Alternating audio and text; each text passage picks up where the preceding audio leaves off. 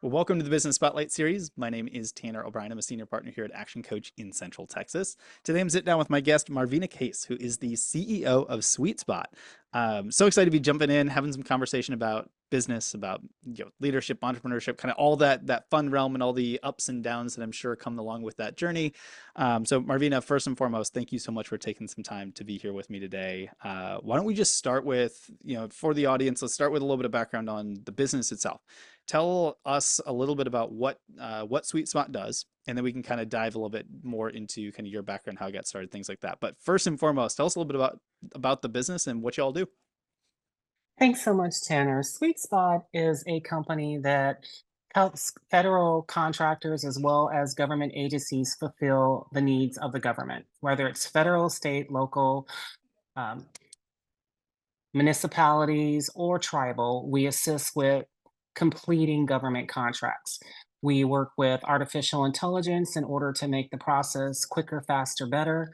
And what I do is I act as the glue, the sweet spot. So basically, I connect people, processes, and technology for the greater good.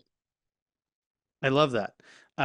So take us a little bit deeper into maybe how like a high level of example of kind of what that looks like for those that are like that sounds really cool, but I'm not quite sure what all that means yet. Kind of maybe walk us through just a little bit of an example of kind of what that looks like as you kind of take on a client and kind of go through that process. What that looks like is the federal government loves to compartmentalize and separate different opportunities.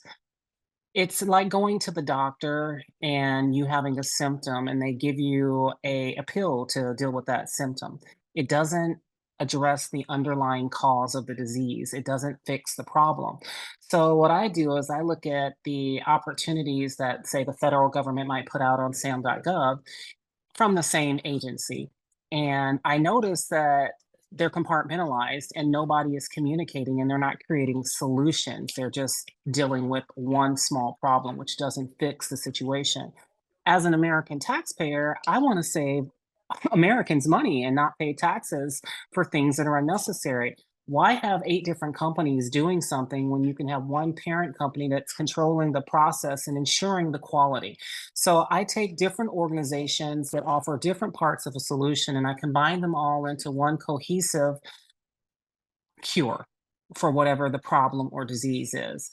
So I basically have joint ventures and I work to solve problems that the federal, state, local governments might have by creating one solution as opposed to many in one contractor that gives them everything that they need in one place, your one-stop shop.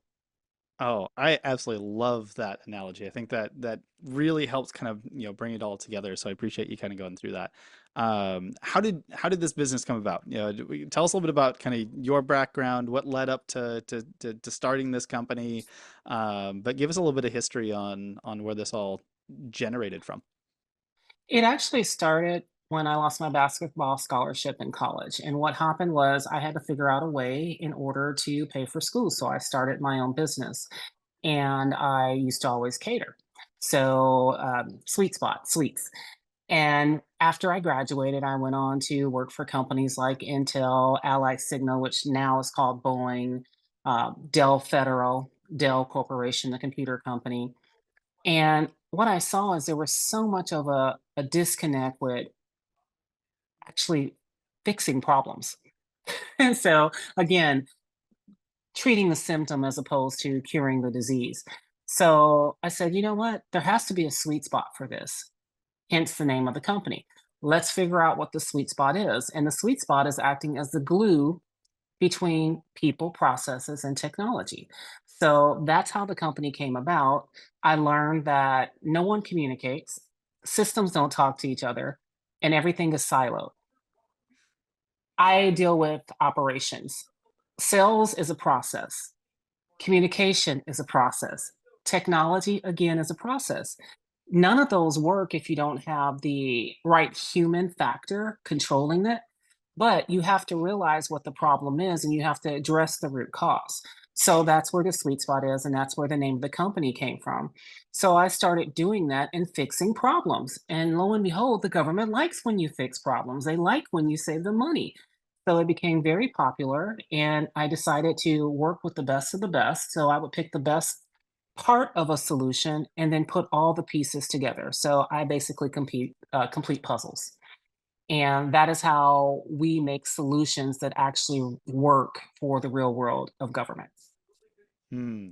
So, as CEO of this business, as you've continued to grow it over the last number of years, what does it mean, or what's it look like to be a CEO of this company, and how has that maybe changed as the company's continued to grow? Well, it's changed a lot. And the reason being is as you work, you uncover more problems, you uncover better solutions, and you improve. So I'm constantly learning. You can learn as much from the janitor as you can from the CEO. And I think that is the main thing that I would say is the most important thing that I've learned as a CEO is to look at everything from every angle and take everyone's advice because you don't know what you don't know. And you have to be willing to realize that you don't know it and be willing to always be learning. So that's what I would say has been the major changes within the company. It's not looking at yourself as the head of it, but looking at yourself as a core logic behind it and a central part. But every piece of the wheel, every chain of the fence is important. And how many team members are you guys up to these days? It varies. As a business owner, especially in today's economy, I realize that keeping people on full time is not necessarily the best thing to do. So we have fractional employees, we have full time employees for essential roles, but I've got it down to five full time employees and about 45 1099 employees, which allows them the ability to work for other companies to make more money and to basically grow their own business. That's another change that I would say that has happened in my philosophy. I want to create generational wealth for everyone. The federal government spends approximately $800 billion a year in spending. That's a lot of money, and it should be going to Americans, but a lot of our contractors are not American citizens. Not that I have anything against foreign Hmm. companies, but you need to fix your foundation before you go out and help build someone else's house. So let's help Americans get off welfare. Let's help Americans get some generational wealth. Let's build our society first so that we can go show other societies how to do it. So that's the main change that has happened. I look at things more circular than what I even was before. So I'm trying to teach people how to recession proof their industry and create generational wealth for the good of our nation because the more money we have coming in, the more improvements we can have. And in my mind, a great society is measured by someone who plants a tree, a seed that turns into a tree that will shield people that they will never see. So it's building your future. And that's what my main goal is now. What are some of the ways that you help kind of go towards that mission, especially with whether it be some of the employees that you work with, the fractional employees? What are some ways that you've kind of helped, foster that mentality and that next phase of what kind of wealth and their own creation can be from a personal foundational level? Yes, the goal is to have them own their own companies, to be their own boss, and to build their own doors. You don't have to wait for someone to open the door for you. You should build your own. The American dream is only a dream for those that can't realize the reality. So that's the main thing that I want to clarify. That's fantastic. I absolutely love that, and just am excited to hear that that is kind of part of the mission that you continue to serve. I've had the pleasure to meet a handful of other business owners that kind of have that same mentality, and they continue to develop their team members and individuals from kind of that same piece. And I'm excited to see more more leaders within companies continue to do that. So thank you for continuing to move that forward here. Let's talk a little bit about kind of what makes the business special and some of the things that y'all do. I always like to just ask the general question, and I think we've kind of touched on it a little bit, but just to super clarify for the audience, the client base that you serve, like who is the target market, so to say. The way I like to phrase is like, if I'm in the audience, how would I know that I'm a really good fit for the services that y'all provide? Or I might know somebody that I should help kind of make a connection to or refer over for what y'all do. Sure, the best way to answer that is what do you do for a living or what do you want to do for a living? The federal, state, local governments need everything that your house needs, plus more. So if you are a caterer, if you have locks, if you're a technology person, if you're a cleaner, if you write books, if you do paintings, if you are a cannabis business person, believe it or not, the government needs you. And there are opportunities for that. Anybody that has a business, who has the heart to start a business, who wants to serve this nation by being a government contractor is the ideal person. If you want to have generational wealth for your family, government contracting is probably one of the few ways to do it and not to do it hard. I like to work smarter, not harder. So I'm looking for intelligent people who have innovative ideas who just don't know how to implement them. I will help you every step of the way because it's going to help me. No matter how you look at it, I like to say it's a circle of life because if I can teach you how to be successful and you can save our government money, that in turn is going to lower my taxes because they won't need to take as many taxes from me because they're saving money in other ways. So it just helps society. Anybody who wants to help society, who has a good idea and a good product or service, I will work with you in order to get your products and services into one of my solutions that I'll sell to the federal government. Beautiful. That is fantastic. I think that what you just said there, I think insanely clarified kind of how this all fits together, especially for the audience. So I really appreciate you kind of going through and talking through that. Which kind of leads to the question: are there others that do what you all do, or do you still kind of have what's the competitive landscape look like? I guess maybe that's just the simplest question on this. Are there others that kind of compete with you in the market with the services that you provide? I'm not an arrogant person, but I'm an honest person. There are other companies that teach people how to be government contractors. There are other companies who will show you how to write a proposal or will do it for you. There are no other companies, to my knowledge, that offer a guarantee when they work with you. I Mm, guarantee that if you sign up to be a client of one of my other companies called Set Aside Queen, which basically teaches people how to be a government contractor, I guarantee that you will have a 5x return on your investment. Why? Because I have a 92.7% success rate, which means I win 9 out of 10 times because I took the time to create a process that makes sense. Again, it goes back to operations, that foundation, laying it down correctly and figuring out how to bake that cake. You know the ingredients, but if you don't put them in at the right time, if they're not the right temperature and you don't know how to address them, that cake is going to either be uh, soupy in the middle or it's going to fall or it's not going to taste great. I figured out the recipe. I just need you to listen and follow it. mm. So when you look at marketing, I always love to ask a few questions around it because it's one of those areas that it's important for just about every business out there, but isn't always the simplest, easiest one, especially for those newer in business, unless there's a huge background in marketing. But when you look at how you get in front of the clients that you want to work with, when you look at how you get in front of these individuals that you can help serve and connect with government contracts and things like that. What have you found to be successful when it comes to getting that message across and getting in front of them? Are there things that you've tried in the past you're like, this just has not worked, at least not for us? And these are areas that have worked really well, or here's a big misstep that I took when it comes to marketing. But what has kind of been your philosophy and how have you approached that in your business? Honesty is the best policy. So that's basically how I go about things. I tell them the truth.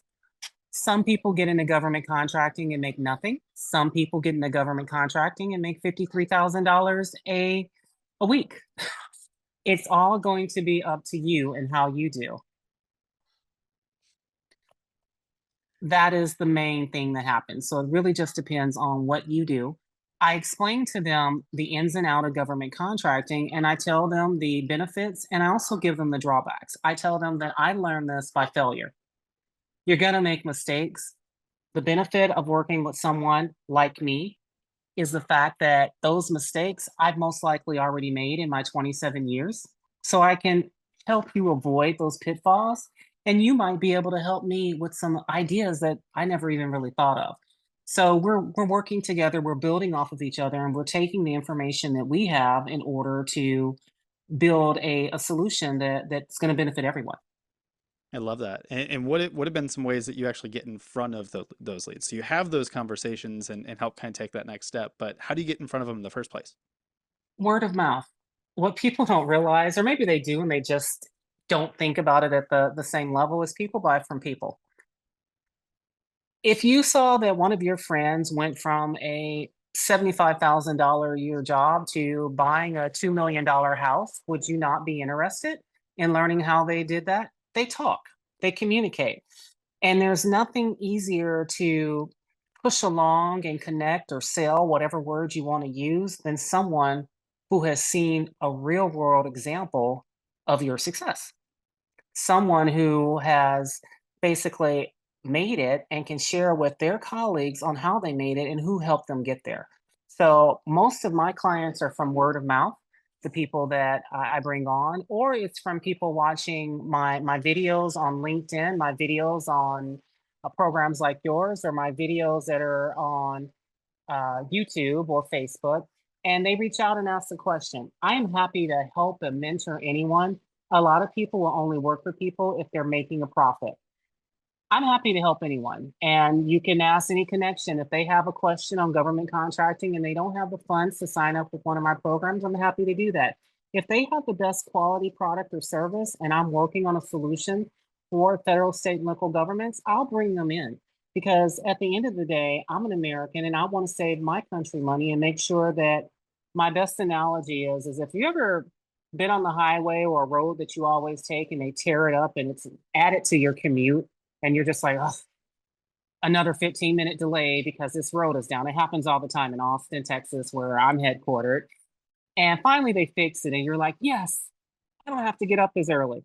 And then 3 to 6 weeks later, they dig it back up again. And you're like, what happened? It's because they didn't put in the best products and services, they didn't use the best company.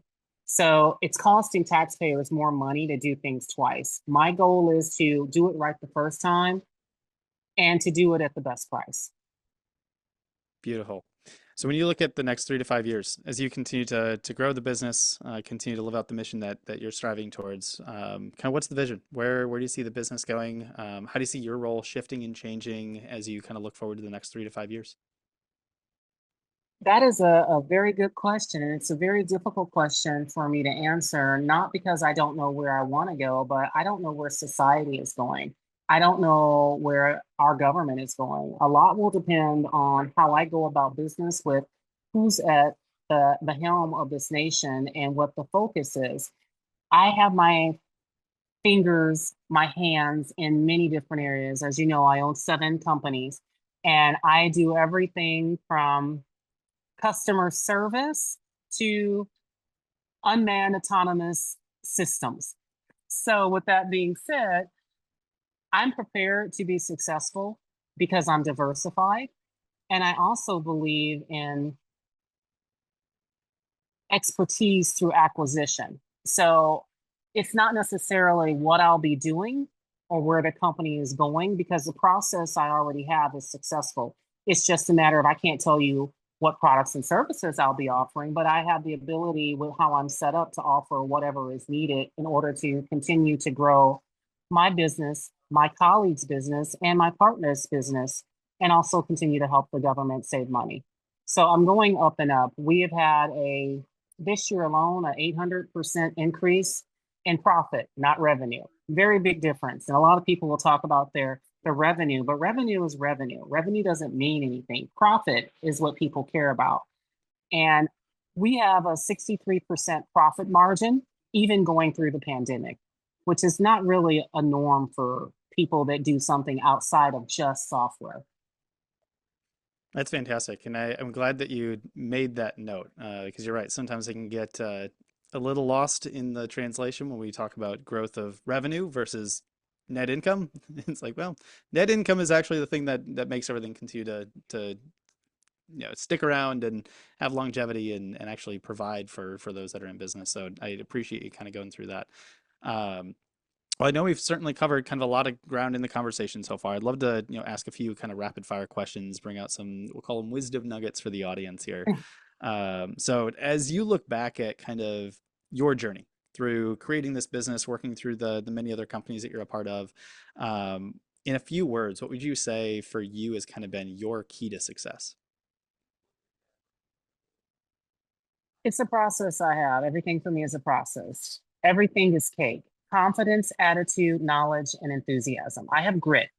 Grit will get you much further than being the smartest person in the room. Grit will get you much further than being the most attractive person in the room. Grit will get you much further than starting at the top and just having to maintain. If you have grit, you will always move ahead. So that passion, that desire, and that grit is what keeps me successful. I love it. How about advice? If you could leave just one piece of advice for other entrepreneurs or business owners out there, what piece of advice would you want to leave them with today? Be kind to everyone. Never go into something to rip someone off. It will come back to bite you. And if you always treat people well, you will always have a good reputation and people will always respect you. And respect goes a long way. Mm. Book recommendations or podcast recommendations. Anything that you've read or listened to recently, or one that kind of stands out in your mind that has either had an impact on you or something like that, but a recommendation that we can give to the audience either on a book or a podcast.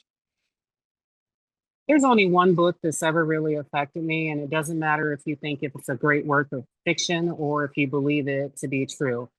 The Bible goes over everything from deceit to love to failure to social unrest to afflictions, and it teaches you a lot. All of my business principles come from the Bible, and I would suggest that people read it. Again, it doesn't matter how you view it, the information is still valid. That's fantastic. One more rapid fire question before we kind of begin our official wrap up here. And this one's just kind of fun. If you could take a little bit of magic dust and you could sprinkle it all over just one spot in your business, and that's the key. You only get to choose one spot here. Take a little bit of magic dust, sprinkle it over one spot in the business, and you wake up tomorrow, it's like 10 times better than it is today. Where would you choose to put that magic dust? I would choose to put it on growing people. I just want to see people get successful. So I would plant those seeds of growth because at the end of the day, it's going to affect everyone and it's going to affect everyone positively. Beautiful. Well, before we get to my final question that I always love to wrap up these conversations on, for those in the audience that want to connect with you, that want to learn a little bit more about SwetSpot, that want to, learn some of the things that you take many of your clients through, where can they go for more information? Where can we send them to take some next steps? They can call. My number is 512-501-0252.